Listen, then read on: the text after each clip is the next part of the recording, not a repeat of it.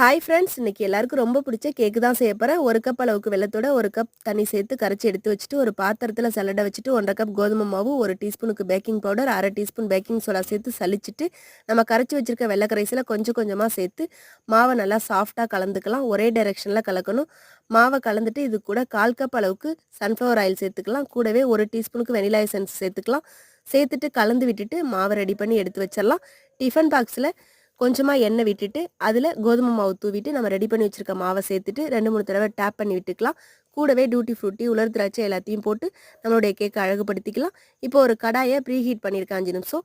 இப்போ அதில் நம்ம எடுத்து வச்சுருக்க கேக் பேட்டரை சேர்த்துட்டு மூடியை போட்டு 45 நிமிஷம் வேக வச்சுக்கலாம். இப்போது கேக்கு சூப்பராக வெந்து வந்துருச்சு. இங்கே பாருங்கள், ஒட்டாமல் வந்திருக்கு.